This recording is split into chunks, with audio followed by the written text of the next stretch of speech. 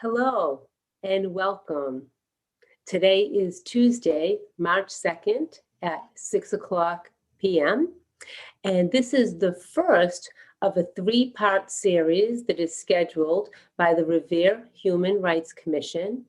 And it is a community listening series so that we can hear from the community what your needs are and what you'd like to see the Human Rights Commission do to serve you. My name is Janine Grillo-Mara, and I am the chairperson of the Human Rights Commission. We usually start our meetings by taking a few moments to simply arrive and settle. And so in a way that feels quite casual and comfortable, just settle yourself into your seat. Maybe move your body around a bit. Your eyes could be open or closed. Just respect what feels best for you.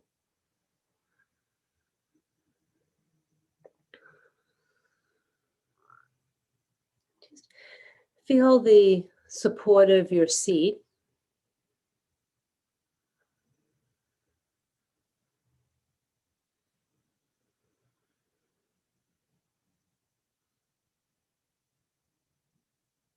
And feel the flow of your breath.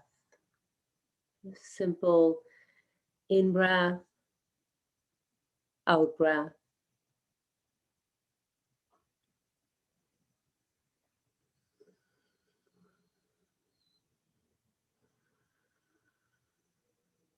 If you'd like, you could take some slow, deep breaths if that feels helpful.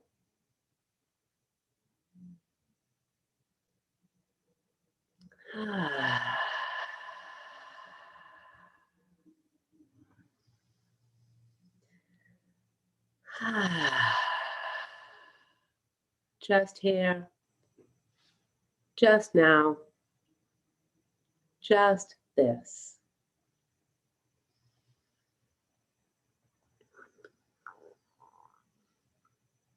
And if your eyes are closed, you can open them. And I'll now turn it over to the vice chair, Shayma Mansour Hosseini, and she will introduce those of us who are here on the call. Hello, everyone. Thank you very much, Madam Chair Janine. My name is Shayma Mansour Hosseini. I am the Vice Chair of the HRC. I will be introducing everyone. So, when I call out your name, please feel free to introduce yourselves. So I'll start off with Karu Pish. Please feel free to introduce yourself.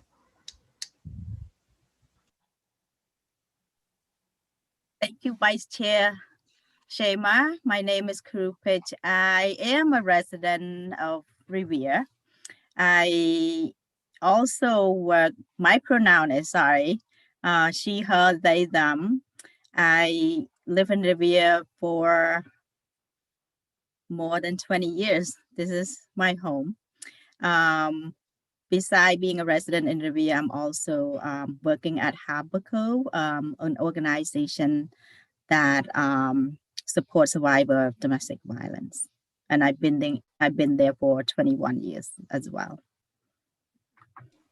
Thank you for sharing, Karu. I would like to pass it on to Dr. Garcia.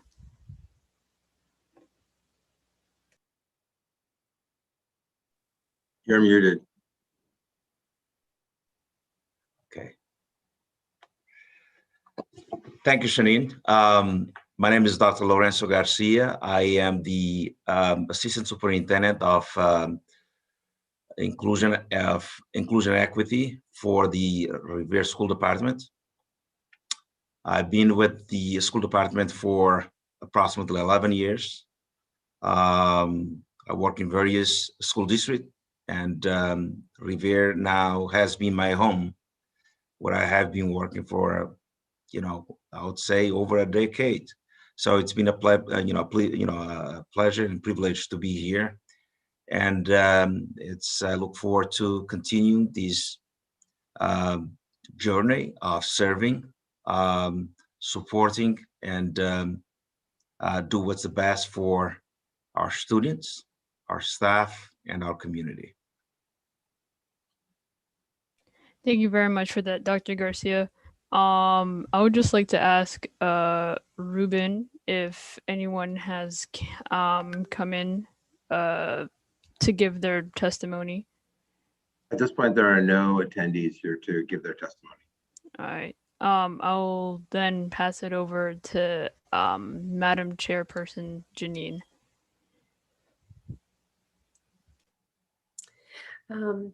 I've lived in Revere since 1989, and I'm the owner of Tranquil Flame Yoga and Wellness since 2002, which was based out of the Point of Pine Jaw Club in Revere until recently moving online.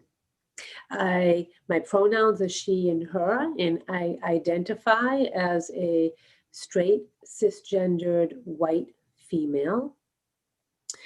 And I would like to, Shay, the vice chair, why don't I pass it back to you so that you can have an opportunity to introduce yourself. Like I said before, my name is Shayma Mansour Hosseini. I just have a lot of people I go by Shay if you're comfortable in calling me Shay. I've been living in Revere ever since I was in the 5th grade, so about 10 years now. Like Dr. Garcia said, Revere has been my home.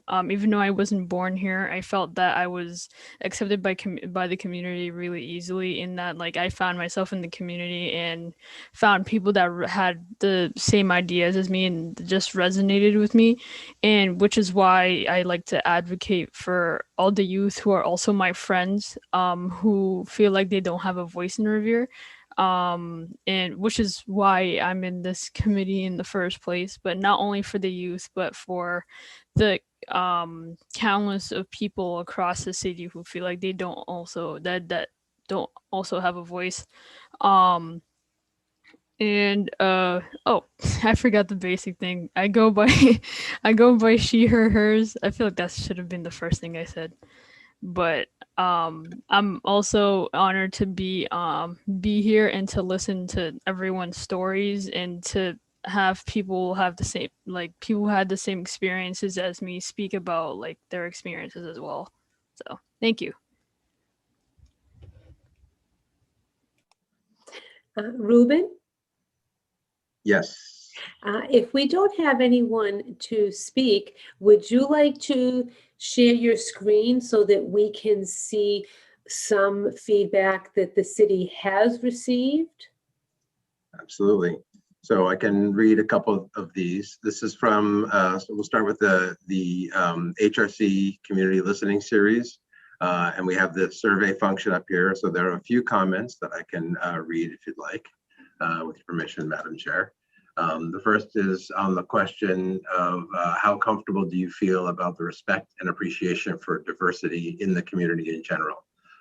And so some of the comments were these: representation is the most important indicator of inclusion, and Revere falls short across the board.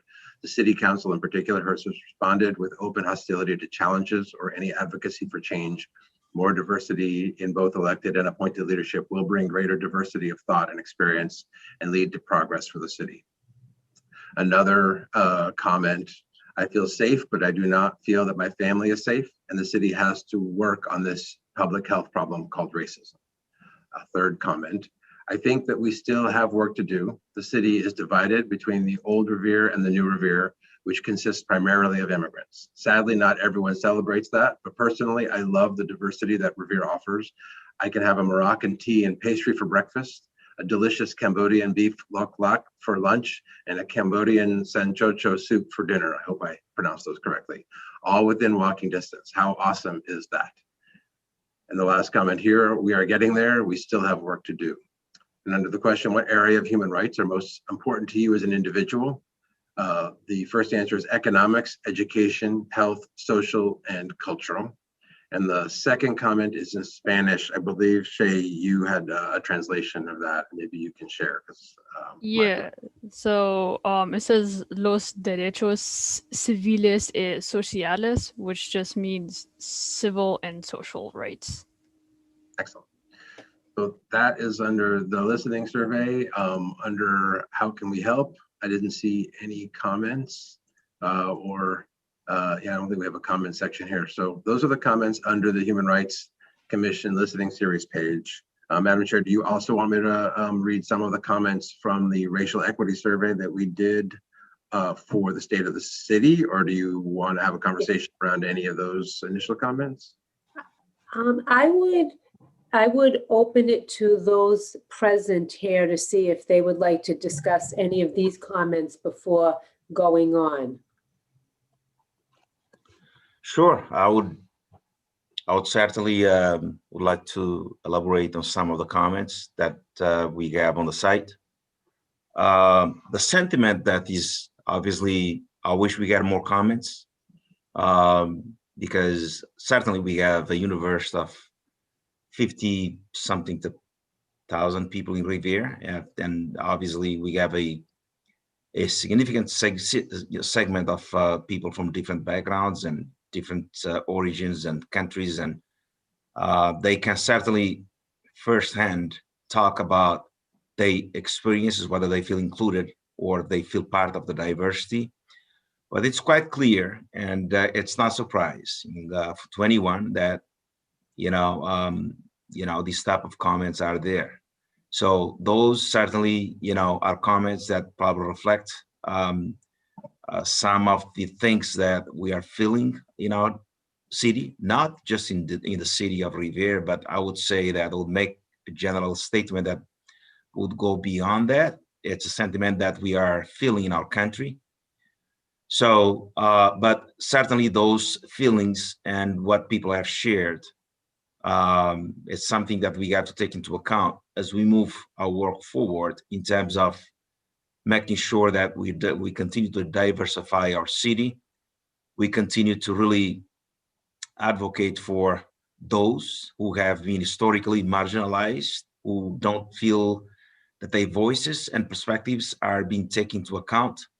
It's certainly something that really, expresses, some frustration on the part of some residents, and you can read and see that, they are expressing a desire to really not just to make blanket statements, but to really, propose some ideas. And when you see statements like, I wish, we have a long way to go, or maybe we have made progress, but we're not there yet.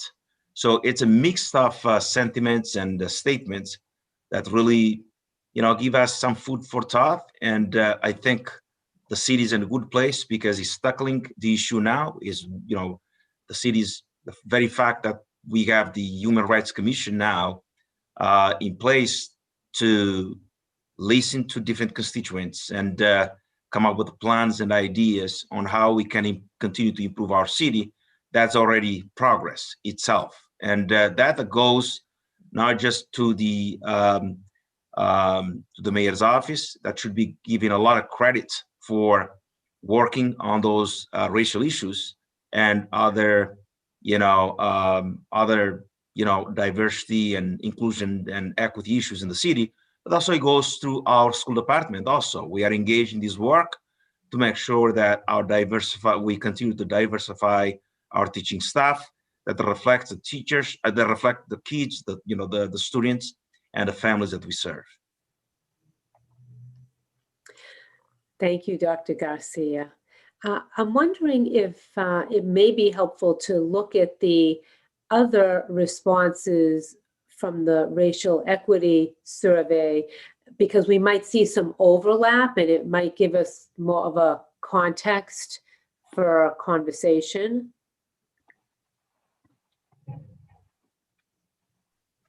You want me to read these as well? Do you mind?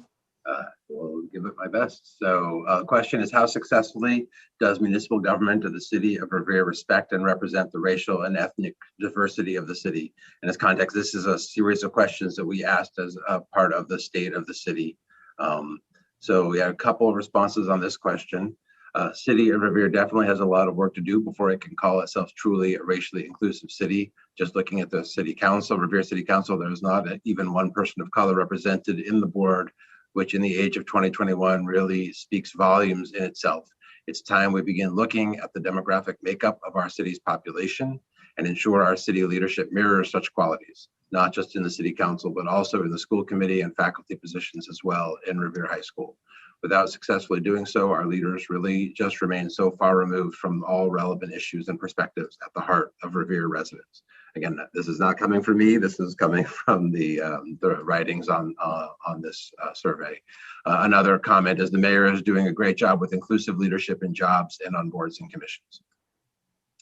A question, how comfortable do you feel about the respect and appreciation for diversity in the community in general? Representation is the most important indicator of inclusion, and Revere falls short across the board. The City Council in particular has responded with open hostility to challenges or any advocacy for change. More diversity in both elected and appointed leadership will bring greater diversity of thought and experience and lead to progress for the city. Excuse me, Ruben. Please. These responses were carried over to the HRC Engage page. Oh, okay. Yes. So all these questions, all these answers are there? These 4 answers you just. Oh, you're right. Yes. Okay, you're correct. Sorry. In your interactions with city staff. I'm in a meeting.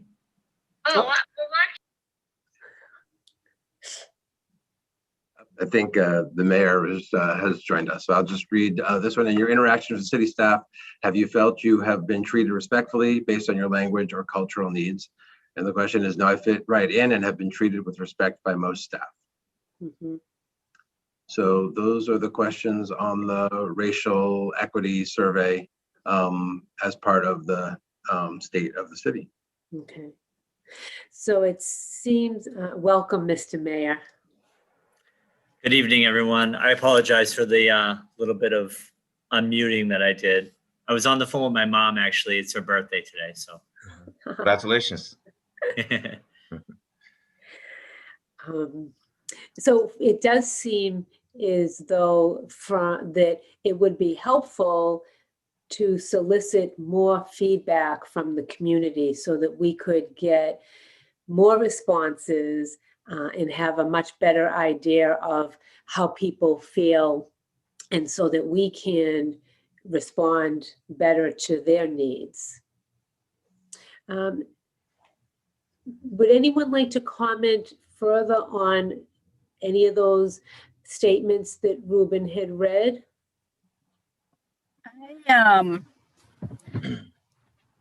Thank you, Madam Chairman. I agreed with Dr. Garcia. This is not a surprise. And I'm glad to hear all of these feedbacks. It's a very good platform that we created to receive this feedback from our community. And I hope that we can share this information wisely in the city so that people people can give feedback and they know where to give these feedback. And I think as a city, we can also look at, and some of the comment is very true. It's right, you know, like when we look at the research for the whole community itself, and early on when we look at the diversity research in Revere, and we know that there is this disparity in the school system in terms of staff representation, faculty, so on and so forth. The same for different organization and entity, but throughout the city, we're looking at the police department, looking at fire department, looking at the city employees. There aren't enough representation of people of color or others, people of colors in our community. So I think there's something we can really deeply look into it, and how we diversify employment in the community, and how people can have those access to employment, or be part of the community as a whole. Thank you, Karu. Vice Chair Shay, would you like to speak? I think thank you very much thank you very much, Karu, and thank you very much, Dr. Garcia, for expressing your opinions today, and thank you, Madam Chair, for giving me the opportunity to talk. I think what is it called? Whatever I wanted to say has been already said. I think we're all in a common ground that we all resonate, that not resonate, but the comments that we see in like the feedback from the community is not surprising at all. Even before this committee was created, like this is stuff that people were saying, and you know, if I wasn't on this committee, who as someone who represents everyone and not just a section of people, I would also be on those comments saying the exact same thing. But what is it called? But I just don't know what to say, unfortunately. We have to give opportunities for people of color to be in those political positions, whether it's the city council or whether it's like the councilor at large or whoever's in power. Because that's what I feel like the people want to see. You know, I mean, in like the largest scale, you know, obviously we they're saying like we need to be more culturally diverse and stuff like that, but it's like in terms of a political power, people want to see someone of color you know, making the decisions, and I agree with them. You know, we need a change for once, especially since Revere is becoming more and more of a culturally diverse city. And I feel like as a committee who represents everyone, we should also we should support any actions that allow anyone, whether it's you're a different person of a different race, different person of color, whether you're a different sexual orientation, whatever it is, we should be the ones to make that platform available for everyone. And I'm sorry if I feel like I'm repeating what everyone else is saying, but it's like it just means that we're all on the same like we're all on the same wavelength here, and we know exactly what we want to do, and we're hearing the community. Like, yeah, we know I'm like, oh, we feel the exact same way, and that's why we're here on this community to change that. So, thank you very much. Thank you, Shay. I'd like to, actually, Mr. Mayor, is there anything you'd like to add? No, I again, I apologize for coming on late, and I know that Ruben was sharing the engagement piece that we added and we talked about and announced in the State of the City. So, you know, I know there's a lot more for me to be doing in terms of listening than speaking. So I'm here to listen. Thank you. I'd like to add one point, which is that I want to speak to the reason that it is important to have people of color and to have more diversity in the decision-making process. And what I'm learning to understand as a white person is that if predominantly white people are making decisions, then how is that valuable or helpful for people of color, since they have completely different experience and different background and different culture? And so I wanted to speak a bit to the why this is important, so that we can have an understanding that we want representation so that we can hear from everyone's needs, not just the dominant culture's needs. So I wanted to just add that. And because this is our first one, and in order for people to come and speak up, which we really want these listening sessions to be about, you have to register so that we know that you want to come to speak. And as we're learning how best to get the word out about this, and so that people realize it's not just to sit and watch in the audience, although you're welcome to do that. We really want you to participate and come and speak and engage with us. So until we get to that point that it's clearer of the format within these sessions, I'd like to open it up to each of the commissioners to speak about each of their personal experiences around either racism, discrimination, or what drew them to want to serve on this commission, really whatever each of you feel comfortable sharing. And I'll start with Dr. Garcia. Sure. I thank you, Madam Chair. First of all, I just want to say a few things before I really delve into issues of racism and some of the experiences that I had. I think you mentioned something very important during your comments about how can we have, in other words, why the issue of not having a proportional representation of minority candidates in positions of leadership in our city. This is something that it's not peculiar to Revere. It goes beyond Revere. I always tend to look at the national trend and then, see what's going on at that macro level, and then zoom it into, bring it to Revere, because, whatever is going on in our country, Revere certainly, it reflects in our community. So in my view, part of the reason why, we do not have a proportionate representation of minority candidates in positions of leadership in our city is due to the fact that decision makers are predominantly white, and they need training. They need training in terms of understanding where it's a system that is meritocratic, based its decision on meritocracy. Let's put it that way.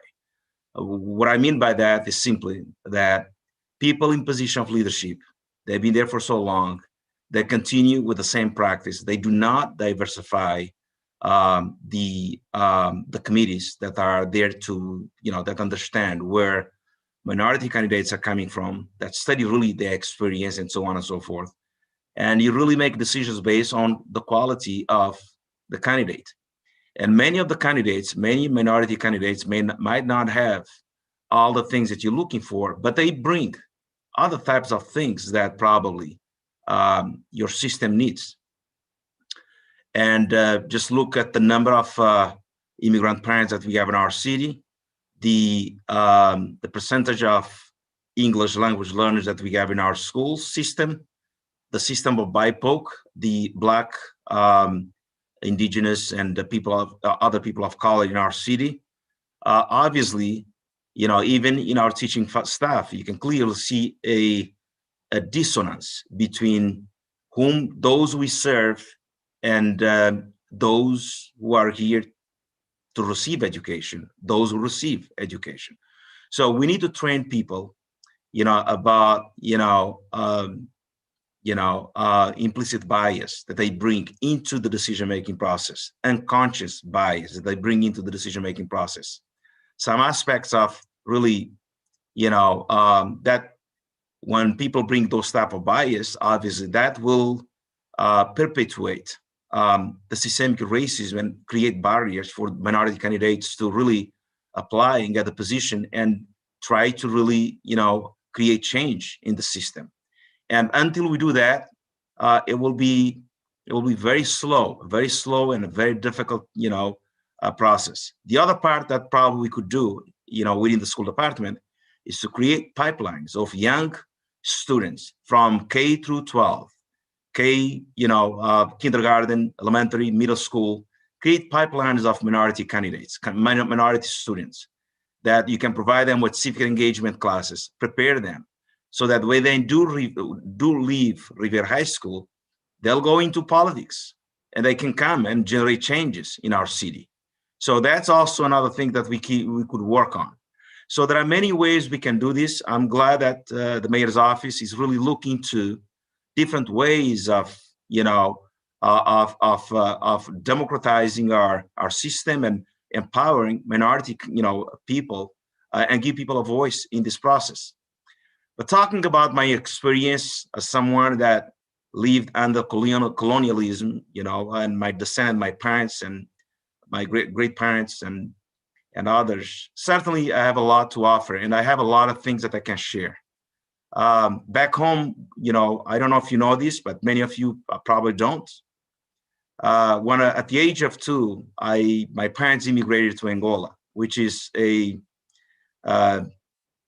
country located south of Africa, that we lived there for 12 years. And in 1975, we fled the country at the gunpoint towards, for Portugal, because of the political instability and the violence that really wiped the country and engulfed the country. So from Portugal, obviously we lived there for 2 months. My father was basically, he's a religious person, and he did not want to immigrate. And we basically came back, we returned to Cabo Verde, which is a small country located west of Africa, made up of 10 islands. It's about 500 kilometers from Dakar, Senegal. And, it was very difficult years, those years. And, we as students, back then I was 13 years old, 12, 13. And I saw a lot of levels of discrimination in schools, either with textbooks that we were forced to read, either with teachers that predominantly were white, basically with the same colonial mentality of, oppressing the natives of the country. Just to give an idea, we were just allowed to get 4 grades of education back then. And the rest basically was up to us, because the colonialism and the system they put in place, they were afraid of the fact that if we were given more education, we would overturn the regime, the system. So many of us were able to do it, to circumvent the barriers and go and get a high school diploma and move on with our lives. But the majority of the population was basically were deprived from that, from base education, which is a high school diploma. I wasn't one of them, but still, that did not discourage me. I came from a very strong a family with a strong moral compass, and we were able to move around, and and we went to high school, and basically, I studied as an adult because of the system that was put in place. Many of the things that I see in our system here in the U.S. reminds me of that practice, and it's regrettable that we are in the 21st century and we still see those barriers. I see, a lot of people of color suffering from that. And it's something that we should pass. We should go beyond that, but get to the point, just for you to get a good understanding, a little bit, knowledge of myself. I was able to graduate from high school in Cape Verde, and I spent 5 years in Russia, in Ukraine, where in the military academy, and where I returned back to the country when I was already 25, and I was a military officer. But it was, those years were very, very hard years for a country that had gained its independence and was trying to create the infrastructure and the foundation to move along. So many kids suffer, so many families suffer under the colonialism. And it's something that an experience that I always, is with me. And when I see little children being deprived of education, when I see structures or systems that are there, that are racist in nature, that, systems that really prevent kids from moving forward. It gives me, it really, triggers. It really brings some flashes in the back from the past. And it's my job, and I appreciate the fact that I was invited to be part of this Human Rights Commission, to work with the mayor's office, with all of you, to really try to see if we can change things around. Because in my view, I think all children deserve the best, and it's up to us as adults, as professionals, to really create conditions, put the real mechanisms in place to really, dismantle systems that continue to oppress children, oppress families, and create a more equitable system that, really, brings a lot of benefits to all families in our community. I think we are in the right direction to do it. I think we have the power to do it. It's just a matter of continuing to educate people to ensure that our community, our students are properly served.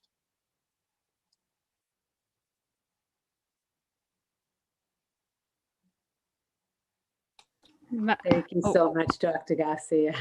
Thank you. And Shay for jumping in. Kuru? Thank you. So I landed in the United States and in Revere in particular in 1992. I went to Revere High. I sort of consider myself kind of growing up in Revere and live in Revere. Left Revere for a few years and came back. I love Revere. I call Revere as my hometown, and I originally come from Cambodia, and then I've been here. I have witnessed many act of racism, either toward me or community of color, and the reason why I'm here, because I want to be part of the change. And I am so appreciative of the mayor for having the Human Rights Commission at the city. And really, I appreciate your leadership. What I always say, that we need more white leader who are standing up and interrupting the system of racism and oppression. And you have been doing that, Mayor. I greatly appreciate it. I've been living here for a long time, and I would say I tried to get involved with the city for many years, and this is the first time that I see Revere really take the meaningful initiative to really tackle this issue, and having this platform to have this conversation and to encourage residents, especially BIPOC, Indigenous, Black, and people of color, to give feedback and to create space, and then that we can create space for belonging. It's so important. And I would hope that moving forward, we can all, as Revere resident, and also as employers and living in a community, we challenge racism. We integrate this work into our day-to-day practice, day-to-day lives. When we make decisions, when we do something, we should think about LGBTQ community. We should think about people with disability. We should think about BIPOC community. We should think about other people in the community that we're not representing, or that are not being part of this decision making. And then challenging the racism and oppression, it's not an add-on work, but it's a day-to-day. practice. And I would hope that we come to the point that we can have a deeper also conversation about racism. It's not about pointing finger at others. It's about systemic of racism that is embedded in our society, and have a heart-to-heart conversation. It's not looking at whose fault it is and but looking at who's been harmed by the system of oppression and racism. And I'm really excited about this. And I know change is the process. It's not an event. And we have to start with something, right? If we're never gonna start it, it's never gonna happen. And I'm really, really excited to be part of this process. And I'm grateful for the mayor for creating this space for me to be part of this change.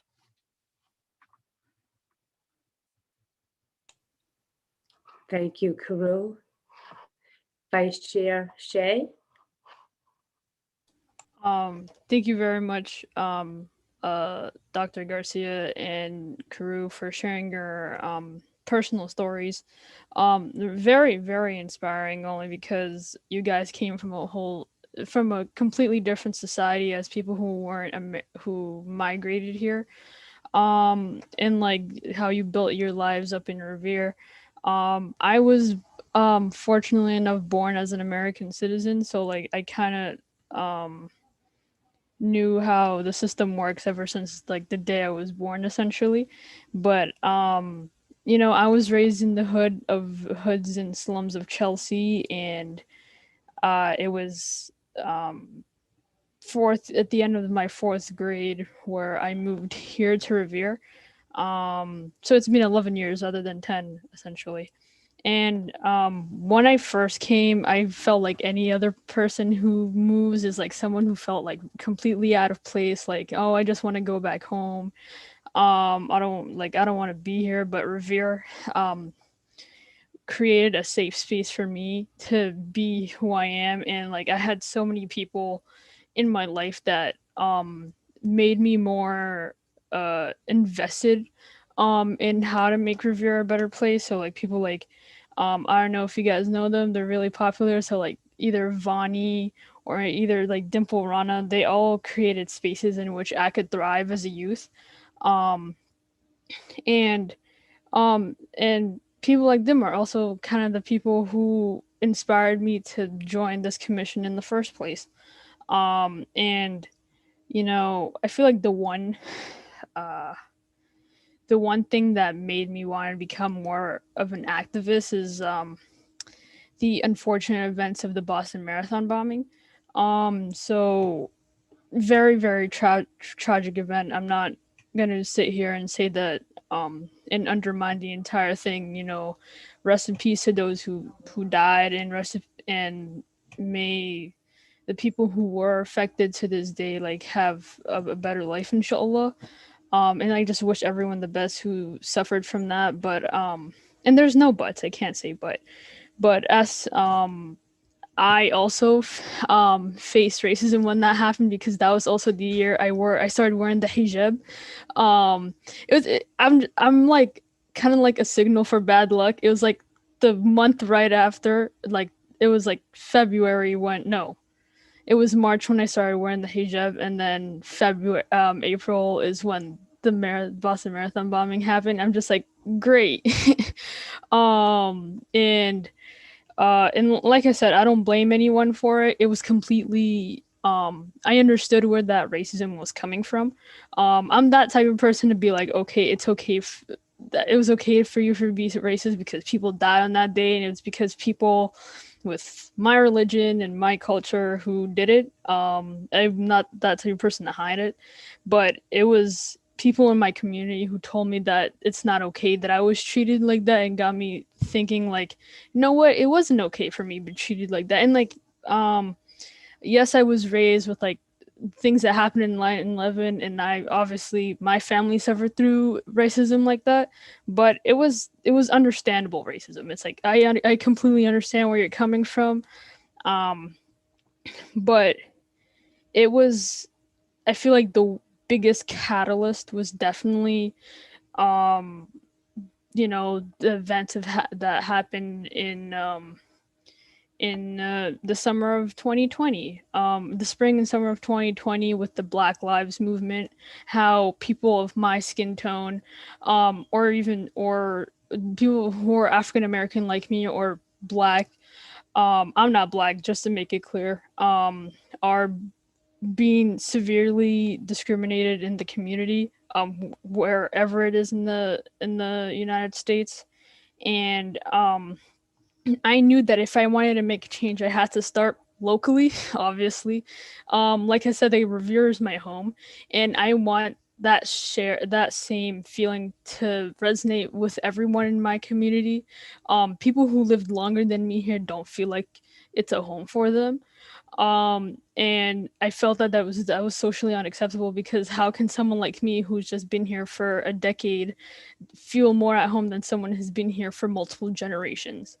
um and as someone who wants to become a doctor, and wants to become someone who takes care of others, I felt like public health racism isn't the only place I should focus on.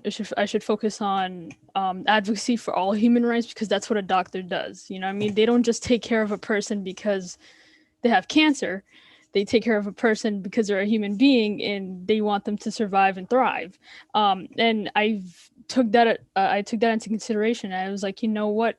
That's exactly what I'm gonna do. I'm not gonna just focus on public health. I'm gonna focus on the well-being of everyone in my community, whether that be um, raising my voice against racism, raising my voice against systematic oppression, whether it's, you know, racism or against anti-LGBTQ rights, like all of that stuff. And that's why I'm here today.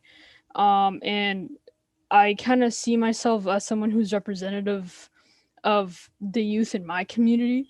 I always mention youth only because they're the next generation who are going to replace us. You know, I mean, when we're old and we're tired of, you know, of life and everything, they're going to be the ones going to be like, you know what, I'm going to continue what you're doing, and stuff like that. And sorry, I muted myself. And it's like, if I'm not even talking about like community, I'm like talking about my own siblings. You know what I mean? I want my sister to thrive in the city of Revere. You know what I mean? I don't want her to feel like that she doesn't belong, or she's constantly going up against something that she can't control. Like, I want to be like, oh yeah, my sister Shayma, she did that, and I feel more comfortable, and my friends are more comfortable in the community because of that. um so I'm constantly thinking about the future, because the future is always coming. You know what I mean? We were the future of people who came before us. So it's like I always wanted kind of like to leave my mark in the world, and like say that uh like going back to being a doctor and stuff, I really can't call myself a doctor if I don't stand up for all human rights. I That goes for all doctors. If you're a racist doctor, then you kind of defeated the point and the purpose of what it means to be a doctor. um and I guess like that's like what inspired me to be here today. And I hope the youth can the youth that I don't know about can resonate with me on that, and like the join the coalition in the future. Be like, you know what, I'm going to join the HRC because I want to make a difference in the community. um and I guess like I feel like I've gone into a very, very long elaborate tangent, but that's my story. So thank you very much. And now we'll pass it over to you, Madam Chair. Thank you, Shay. Um, we only have about 10 minutes left, and I'd like to briefly say that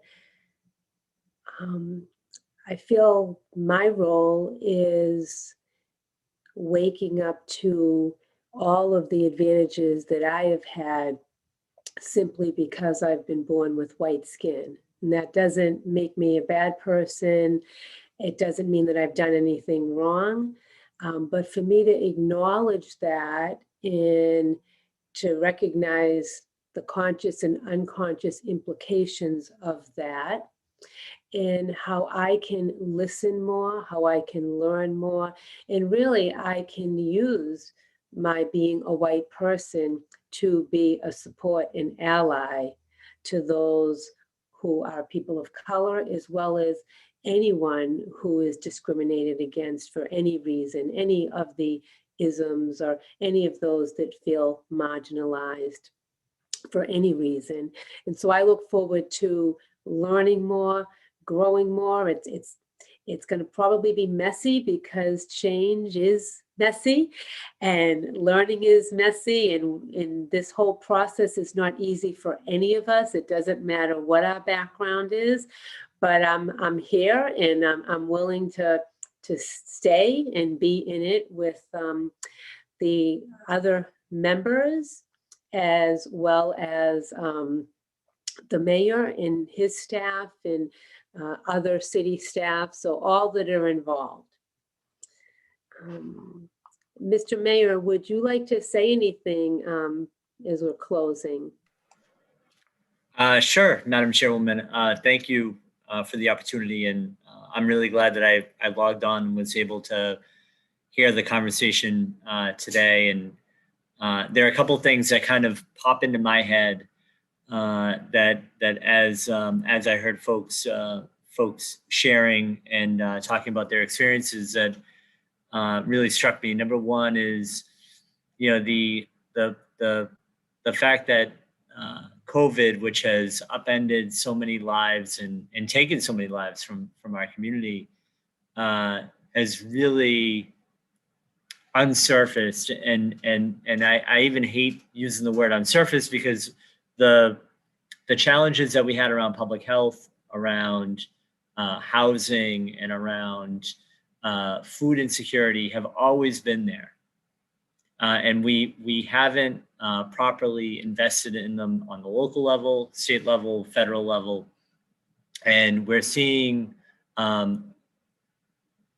these systemic issues kind of prove themselves to have been not adequately invested in, and they've just come to the forefront of everybody's mind. And along with that is the lens of equity, and the fact that the disinvestment that we've seen in public health and in housing, adequate housing for folks, and in food accessibility has had a tremendous impact on Black and Brown populations all across the country, and we're seeing that play out, right here in our own city. So that is something that, I can't help but think of things with an eye on the pandemic, and how it has just, I think, brought to the forefront for everybody to see that there are these real challenges that are out there, and that they're challenges for our residents, but even more so for our Black and Brown residents.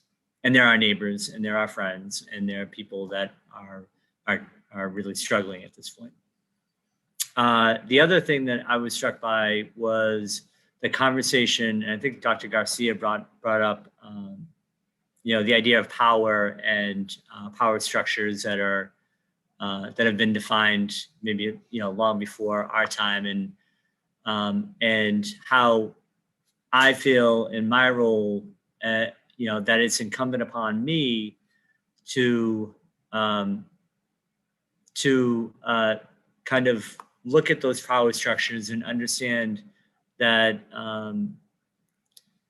for a lot of people, the challenge or the goal is to obtain power, and then once you obtain it, you keep it for as long as possible, right? And that's why we've seen what we've seen happen, over years, hundreds of years, and that there is tremendous power in kind of opening up those doors and making sure that that folks that have not had a voice historically, or folks that haven't felt like they could have a voice, have it. And that is a core kind of value that I bring and to this office and to this administration. But I think it's one that we're seeing is shared a lot more than it's ever been in our community. And to one of the greater goals that I have for even my time in this office, and I actually was given this book. It's a history of Italian mayors in Massachusetts, and the longer I'm in this office, I realize that this is a relay race, right? And it's a baton race where if you have the ability to be in power, you push forward as far as you can. You have some things that you want to do, you get ahead, and then you have to pass the baton. And it's so important that I take the opportunity I have in this office to open up doors to people, and to be able to do that and affect change and look at those power structures and say, how do we change them? How do we dismantle them? How do we make them better? How do we improve what we can do to make sure that everybody's voice is heard and that people understand that they do have power? It's not consolidated in this one office. That there's a lot of power all throughout, even in city government. There's power all over the place. So I just want to thank all of you for helping me on this journey, because I truly do believe that it is one of my goals in this relay race is to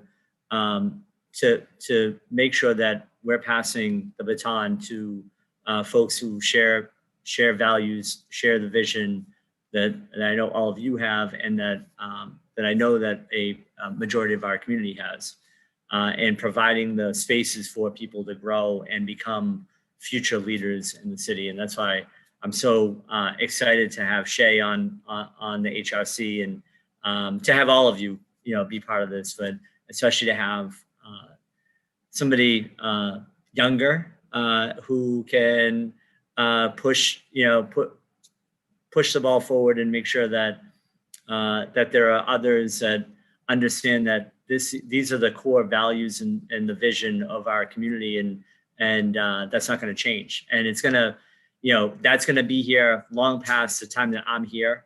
And it's going to be the core value and vision of the city long past the next 2, 3, 4 mayors. And that's kind of what I see my role as. And I thank all of you for helping us create these new structures of power that can affect real change and lift everyone's voice. So thank you.